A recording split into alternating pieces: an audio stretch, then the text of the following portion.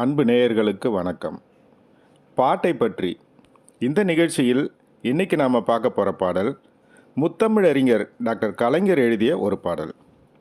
இசையிலும் காட்சியிலும் சொற்களிலும் சோகத்தை பிழிந்து கொடுத்து நம் நெஞ்சத்தை உருக்குகின்ற ஒரு அற்புதமான பாடல்.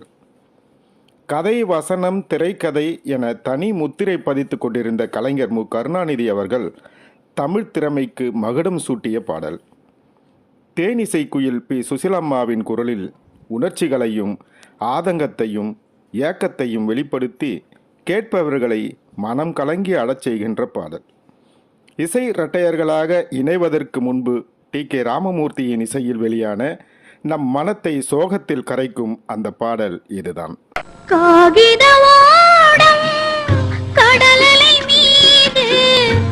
1966ஆம் ஆண்டு மேகலா பிக்சர்ஸ் தயாரிப்பில் முரசொலி மாறன் இயக்கத்தில் வெளியான மறக்க முடியுமா என்ற திரை காவியத்தில் இந்த பாடலை மறக்க முடியுமா என்று இன்றைக்கும் மெய்சிலிர்க்க வைக்கின்ற இந்த பாடலை கலைஞர் மு. கருணாநிதி எழுதிய நிகழ்வு மிகவும் சுவாரஸ்யமானது. தன்னிலவு தேனிரைக்க என்ற பாடலின் மூலம் திரைப்பட பாடலாசிரியராக அறிமுகமான பூலாங்குளம் கவிஞர் மாயவநாதன் புகழின் உச்சியை நோக்கி ஏறி கொண்டிருந்த காலகட்டம் அது.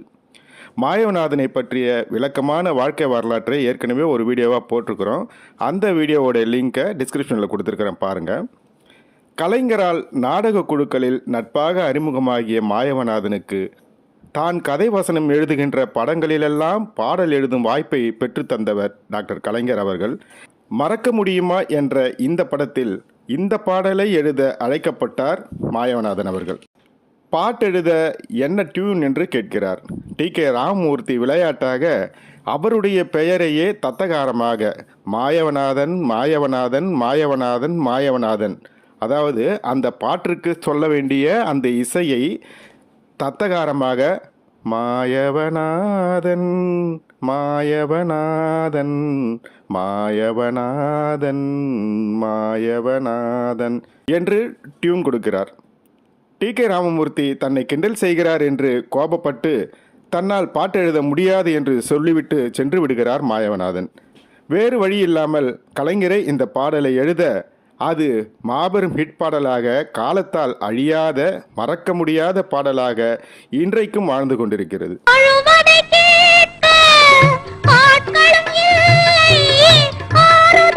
தாய் இழந்த 3 பிள்ளைகளை காப்பாற்ற முடியாத தந்தை வீட்டை விட்டு ஓடிவிட தன் தம்பிகள் இருவருக்கும் ஆதரவாக இருக்கும் அக்கால் நிராதரவான சூழலில் பாடியிருக்கும் பாடலாக இந்த பாடல் இடம்பெற்றிருக்கும்.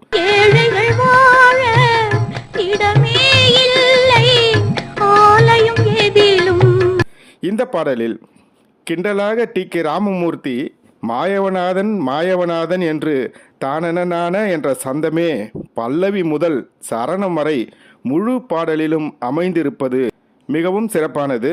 இந்த பாடல் முழுவதுமே கேட்க கேட்க அதன் இசையும் சொல் அடுக்குகளும் கல் நெஞ்சத்தையும் கரைத்து விடுகின்ற அழியா காவியமாக அமைந்திருக்கும்.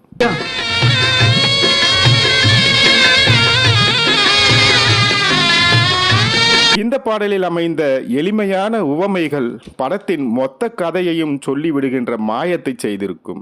கடலில் கப்பல் அலை இழுத்த இழுப்புக்கெல்லாம் போவது போல நாம் மூவரும் போவோம், அந்த கப்பல் ஆதரவில்லாமல் மூழ்குவது போல நாமும் ஒன்றாக மூழ்கி போவோம் என்ற அந்த உவமைக்கு ஏற்ப படத்தின் கதையும் அமைந்திருக்கும்.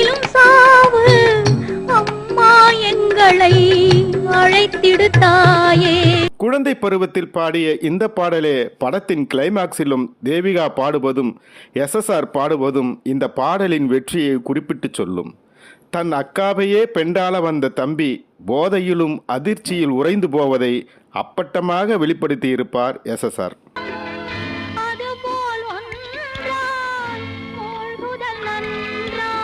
தானே தூக்கி வளர்த்த தம்பியே தன்னை பெண்டாள வந்துவிட்ட கோர நிலையில் விதி விளையாடி விட்டதே என்ற கூனி குறுகிய அக்கால் அறிவாள் மனையால் தன் கழுத்தை அறுத்து செத்துப்போவதும் நம் நெஞ்சத்து உணர்வுகளை உருண்டையாக்கி உள்ளத்தை கவி கதற வைக்கும்படியான காட்சி அமைப்பில் காலத்தை வென்று நிற்கும் படமாக இந்த படம் அமைந்ததற்கு இந்த பாடல்தான் ஆணிவேராக இருந்தது என்றால் அது மிக இல்லை.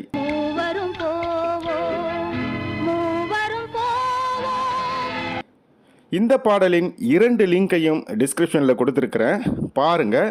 பார்த்துட்டு உங்கள் கருத்தை மறக்காமல் இந்த வீடியோவோட கமெண்ட் பண்ணுங்கள். அடுத்த வீடியோவில் வேறு ஒரு பாடலோடு சந்திக்கிறேன். நன்றி, வணக்கம்.